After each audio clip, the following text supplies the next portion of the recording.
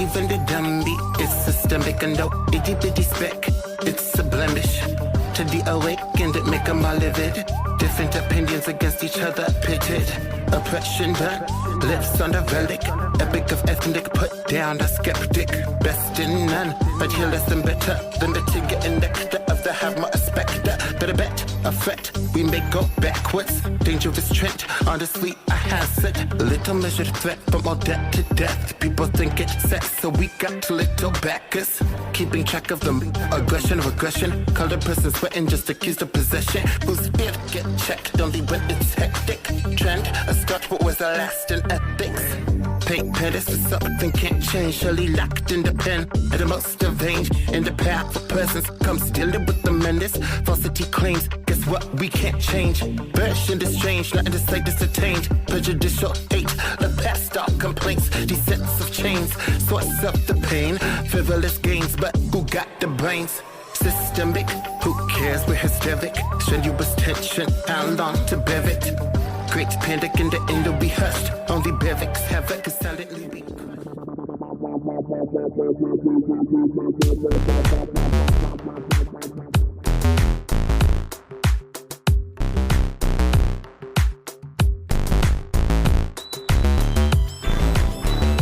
Coming to you from the dining room table at East Barbary Lane, welcome to a special episode of Full Circle, the podcast. I am your host, Charles Tyson Jr. Martha Madrigal is nursing a little back injury, so she's taking it easy today, but I'm holding it down for her. That song that you just heard was Systemic by none other than Dean FM. Dean is a fabulous queer, non-binary rapper from the Boston area, and I got to sit down and chat with them a little bit about their music and their advocacy work, their activism, and just get to know them a little bit. And we had a lot of fun. So why don't you check it out? The fabulous Dean FM is in the building. Hi, Dean. How are you? Thank you for having me. Thank you for being had by me. No. First of all, you look fabulous. Thank you. Thank you. So a quick background for our listeners. You are under the umbrella of being a queer rapper. Yes. And you also are an activist, an LGBTQ activist, which I love, love, love, love, love. Yes, absolutely. And you are from Boston. Yes, yes. Okay, so my first question is, what is the hip hop scene like in Boston? Oh, well, the hip hop scene, there isn't one. I don't really perform. I mean, I'll be honest. Like there is one, but I don't perform much in Boston because there isn't as much of a scene, obviously, as in New York or LA. And I just know that by just numbers and stuff. So, I mean, it's not that great. They had a club that I used to go to all the time. It closed down. It was called The Machine.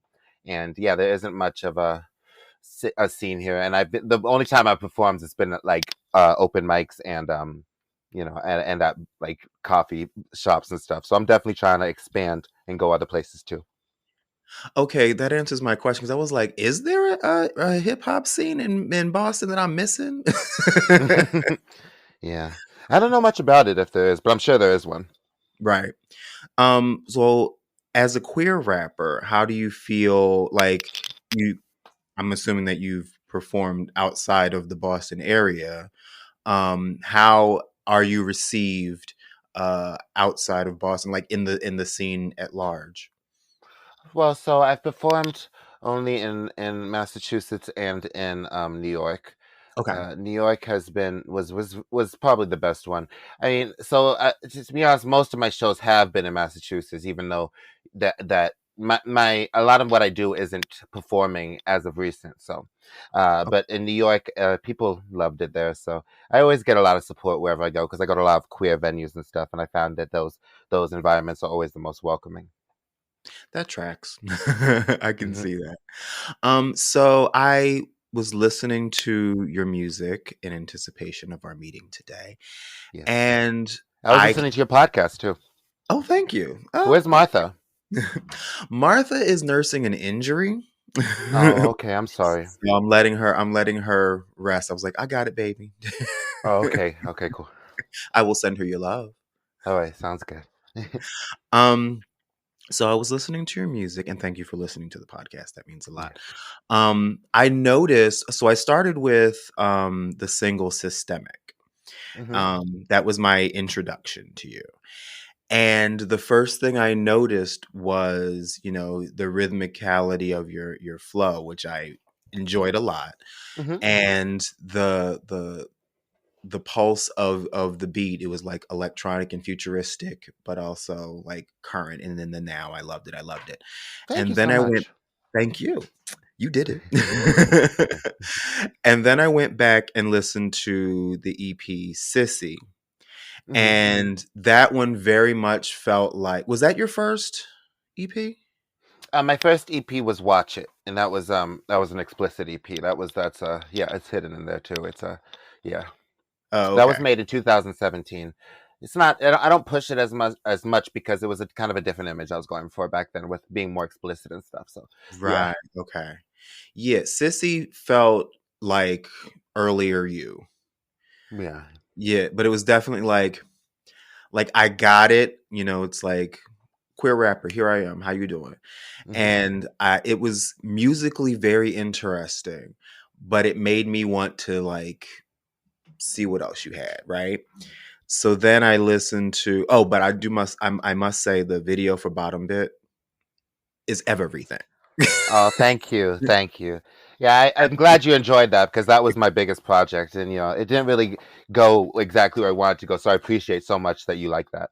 Talk to me about the process of coming out with Sissy, because it was very like, I am present, I am here, I am mother. You will deal with me.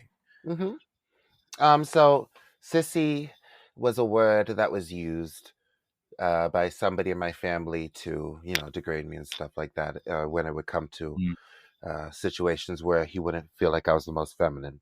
And growing up, that obviously hurt me. I was very sensitive as a child, and knowing that that's a word that is used to describe, queer people and stuff at times. I wanted to reclaim it, and I wanted to use it for.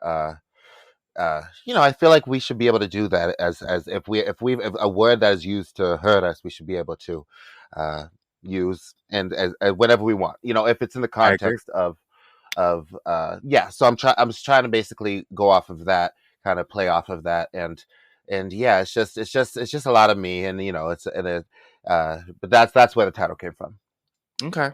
I like it. It was I like the ownership of our queerness, Yeah. especially in, a genre of music that is not always as welcoming to our community, Hmm. to put it lightly. Hmm. Yeah. And people want to try and act like Lil Nas X was the first queer thing in hip hop, and oh no, no, no, no, no. Mm-mm. Mm-mm. No, no, no, no. In fact, if we want to go into the annals of the so-called greatest MCs, we'll find some overlap. But that's a different conversation for a different day. Yeah, no, I'm sure. Yeah, no, the hip hop industry is definitely very macho, and it's Mhm. actually very problematic, which is why I feel very much comfort more so in the queer environments. Than it's a weird dynamic that goes on when you perform in straight places, and yeah, Right, because there's a certain, bravado, there's a certain machismo, there's a certain yep, misogyny that is, if not accepted, then tolerated, which is, right, as far as I'm concerned, the same thing. yeah, And I'm so glad to see that there are so many open and upfront queer rappers now. It makes me happy because I remember going to like the hip hop parties in school with my friends and having to look over my shoulder because I have a little extra dip in my hip no matter what I do.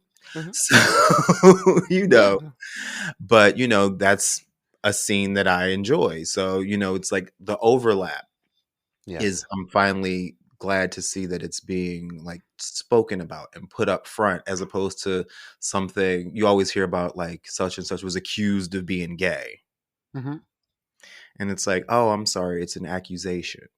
yeah. No, I understand. It's Yeah. annoying. um so I imagine that you feel a lot of freedom being able, especially if you perform in mostly queer spaces. Yeah. Yeah, definitely. I feel I love performing. Whenever I do, I'm like I want to go perform again, and it is there's straight people in places. I don't have a bias or like I only They perform can't for help one it. type. Yeah, yeah, of course, and always appreciate any love I get. So yeah. I love it. And well, after I listened to Sissy, I moved on to the Move FM Oh EP. wow, thank you. Oh, I appreciate all that. Thank you. Now that feels like everything else I listened to was leading up to this. Right. Like this was very like polished and tight. And not to suggest that everything else wasn't, but this was Hmm. like, whereas in Sissy, like the beats or soundscapes were a little bit more open ended, like they're a little more broad. So you were able to like you had more room to move, whereas Hmm. this was felt tighter. Yeah. So you were just on it. And because your flow is very like it's very rhythmic in a way that reminds me of are you familiar at all with Lost Children of Babylon? Ooh, no, From no. Philly. They call themselves surrealists. Hmm. And the reason why I say you remind me of them is that you pack a lot into the space. You have a lot of words in your flow that fit the beat, and you're actually more musical than they are, but just the density, of your lyrics reminds Yeah. me of that. And I appreciate that. Like what are your influence? Who are your influences? Um, so I was thinking about this because I have so many, but like in terms of, so I like to break it down like in terms of like my earliest influences would be like Little Kim, Mhm. Nicki Minaj, Missy Elliott, Foxy Brown, who did give me a shout out, by the way. I'm on her in her news feed on Word. Instagram. Yeah, so I love Foxy Brown, and in terms of who I like today, mostly it would be the queer rappers. Like Sauce Santana, Candy. Mhm. There's Kid Ken, and then there's who else is there? There's a few other people, but I Ocean Code. there's plenty out there, and I follow quite a bit of people lower, you know, on Instagram. So yeah. Okay, so your influences, I can understand, especially Lil Kim. There is the femme fatale slash like street swagger is like evident like in Little Kim in some of your stuff. I clocked that too. Thank I you. Yeah, no, was like, that's okay, she's a Kim fan. oh yeah, yeah, definitely. I love it. I love it. So, where do you see Move FM? Like when Move FM came out in 2023, but how long ago? Because it's only January. Right, right. No, it came out. It came out last August, September. Yeah, around September of last year, and Okay. yeah. How's it been received? It's okay. I'm still building up my audience and my fan base and stuff, but everybody who supports me and has been there for every post I love so much. And the album itself or the EP was in memoriam of my dog who just had passed a month prior to me releasing it. So obviously it was in the Mhm. work, but I named it after him. So yeah, that's why you get the album cover and all that. And I feel like he was a very energetic guy, so that's where the move comes in. So I like it. I like mhm. it. And RIP to the fur baby. Thank you so much. Thank you. So what are your plans for where do you see Dean FM? Like what I mean, obviously like fame and success and all that, but like what is the lane that you see yourself? um I see myself in advocacy. In the beginning, I mostly was into the music. I was like, I only want to push my music and stuff. But then it's like, you can't resist the queer, people that are the people that people are you're gonna attract. And I couldn't, I can't just not say anything when I see all these things happening in the world. And I see myself being more, of an advocate now for my music to be more so of a base or as a just as a support. And I have a Facebook group that I it's queer casual, and that's where it's a safe space. I want to like make safe spaces and stuff like that because I know it's hard to express mental health. without a fear of whatever you fear with that and publicly. So yeah, that's why I see myself. I'm glad you bring up your advocacy, because I was going to ask about that. Your activism, like, is that your focus is queer mental health, or what is the scope of your activism? Um, well, so one thing above all that I bring up is the transgendered women and trans people, the violence and the murder that they face throughout America. And Yes. I've actually found the numbers that are like it's around about 2 times as many murders of trans people over the last 4 years than it was 4 years ago. So it's there's what I found was that it's like 60% of people is by violence, and it's a lot of people that the people know. And what's Mhm. the worst is the black trans women who are to me that's what I personally relate to is the black trans women who are That's murdered. actually And there's correct. yeah. Yeah, no, absolutely. And there's very little coverage of it, and I think that's one of the key things that really needs to be brought out a little bit more. So yeah, that's the advocacy, and as well as mental illness, addiction, and um I'm trying not. I try to do everything, but it's hard, And also, I also have like some animal advocacy in there too. So it's like I just want to be an advocate. It's my platform. I'm very privileged to have. So yeah. I love it. And so you primarily use your music as a vehicle for the advocacy, or is there another arm to what you do? Like how does that what does that look like? For the vehicle for my advocacy would be the music. I've always had like I said, like the first EP was very explicit and like more so just not talking about anything. And I've kind of, when I decided not to be explicit for respect to my family and stuff, I had started to incorporate more serious messages under the party beats, because you can only talk about popping your booty so much. So I obviously got had to put some more in there, and I had. That's kind of how I like to go about it, is putting these serious messages under these fun beats.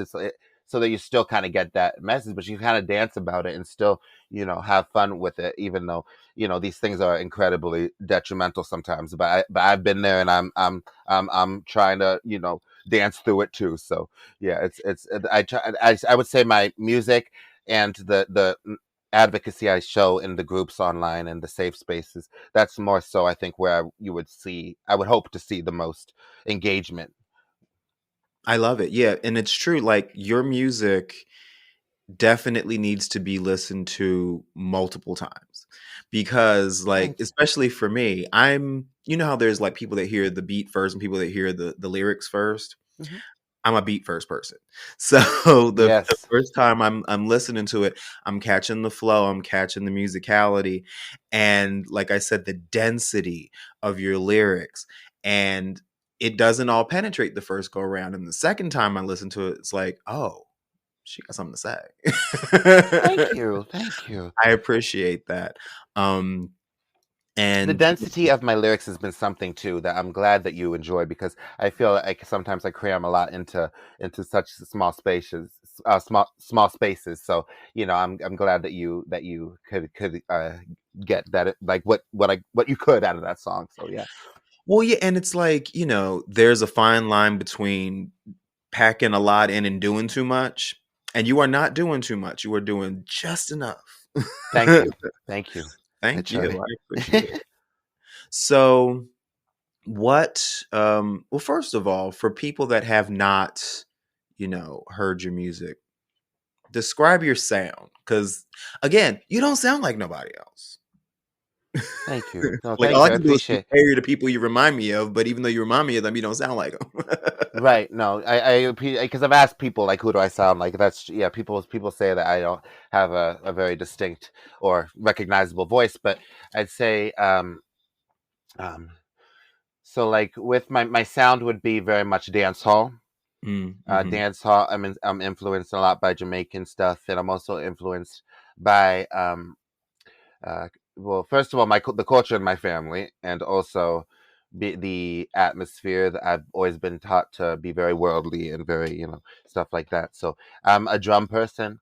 I Mhm. don't like melody. I feel like melody makes me cry. I don't know why. And to be a musician, I feel like that's awful, but I really don't like a whole lot of, instruments and stuff because for some reason it clicks differently in my mind. I don't like to feel whatever that's supposed to make you feel. So, that's a lot. My sound is just trying to, and still like, you need melody for these deep things, and I don't put it over the melody. I put it over the drums and the bass and the percussion, and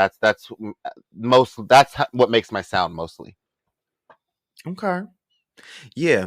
So you had to like break it down to even describe it because it's that it's that unique. I Thank you. appreciate that so much. Um, so yeah, I I'm a fan, Thank basically. you. And so in terms of like the queerness of your milieu, of your body of work, like what is it that you think resonates with our community, you being out there and being the artist that you are? um so more so, what do you mean when you say like, what in terms of what's in my music that people would relate to, or Just you, well, yes, your music, but you being the musician, you being the presence, like how, well, like what do you think that you give the children, basically? Like what, like, what is it that you feel is resonating with the community, like that you've been able to notice? I want people to know that it's okay to be queer and it's okay to have a different appearance. Sorry, and so I feel like one thing that I've done, which is when I was working at this market right down the street in the suburbs, and I would every day.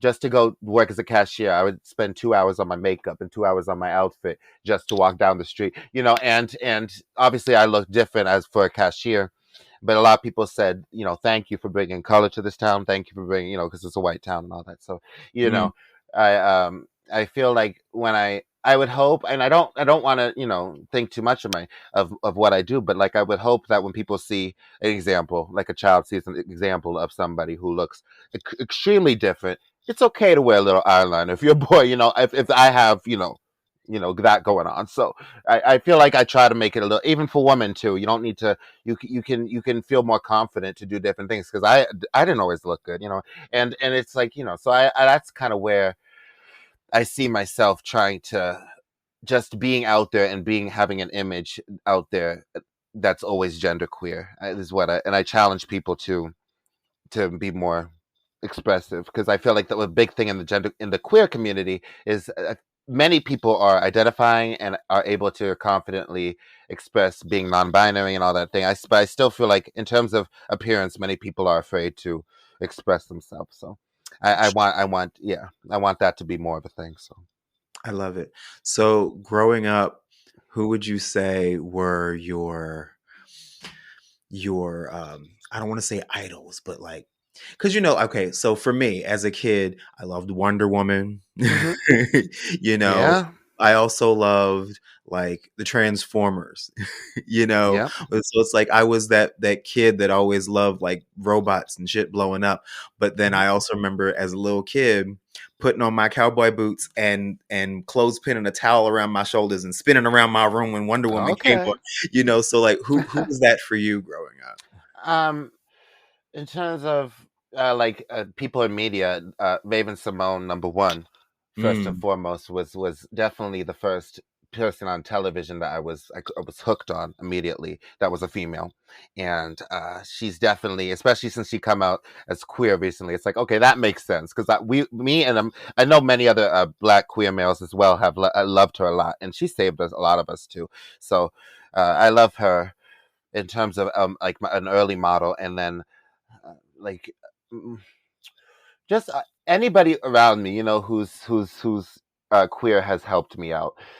And also, I feel media has played a huge part in me being able to reach out, and I truly believe the internet has saved my life, because I wouldn't have known that 10 years ago or 15 years ago, it was a good time to come out, uh, being the environment I'm in. But yeah, about the influences, definitely Raven Simone. I don't know. There weren't a lot of queer men back then that that were, on TV. I don't think, but yeah, yeah, Yeah, that's that's about. true because like queer men on television, for the most part, were either tragic figures or the butt of the joke.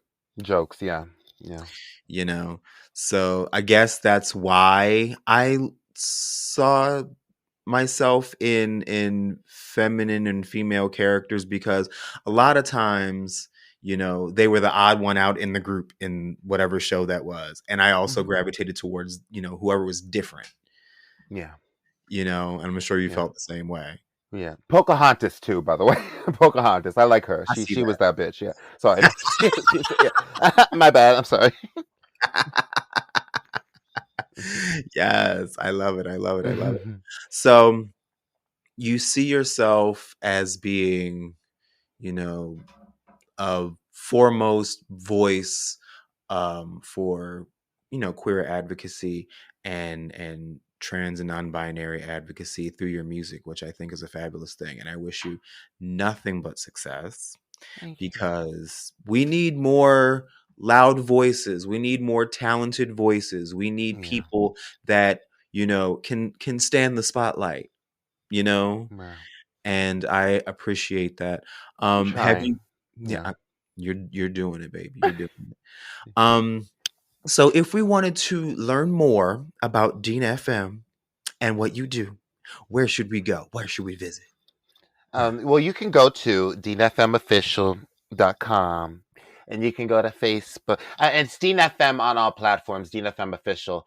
It's Dean FM Official. And on Dean FM Official, you can find the Queer Casual group page where I'm encouraging people to come and to express themselves. We're just beginning, so I would I would encourage that. And you can also see me on YouTube, yeah, and all those platforms and stuff. And I would also like to say I have an album releasing this week that's called Eclectic. It's a 14-song album. And Word. I'm very excited about that. That's my huge thing. My heart's pounding about that. So that's my big thing. But thank you so much for having me. Thank you. So wait, what can we expect from this new album? Is it going to be an expansion of what we've been doing, something new? We got some cuss words in there this time, because I don't Okay. want to be too corny. I got some clean songs and some explicit songs, but it's very much the vibe of sissy and the vibe of worldliness and being eclectic. I also want to start like an eclectic movement, but there's so many movements I can start, at once. So that's my thing going on. Do it. I am here for the movement. Thank you. Well, thank you so much, Dean FM, for sharing today. It was such a And pleasure. I can't wait to continue to follow you. Yes, and you too. You too. You got a new fan too. Thank you. You have a wonderful day. And say hi to Martha for me. I will. Okay, sounds good. All right, bye-bye. Full Circle is a Never Scared Productions podcast, hosted by Charles Tyson Jr. and Martha Madrigal, produced and edited by Never Scared, executive produced by Charles Tyson Jr. and Martha Madrigal. Our theme and music is by the Jingleberries. All names, pictures, music, audio, and video clips are registered trademarks and/or copyrights of their respective copyright holders.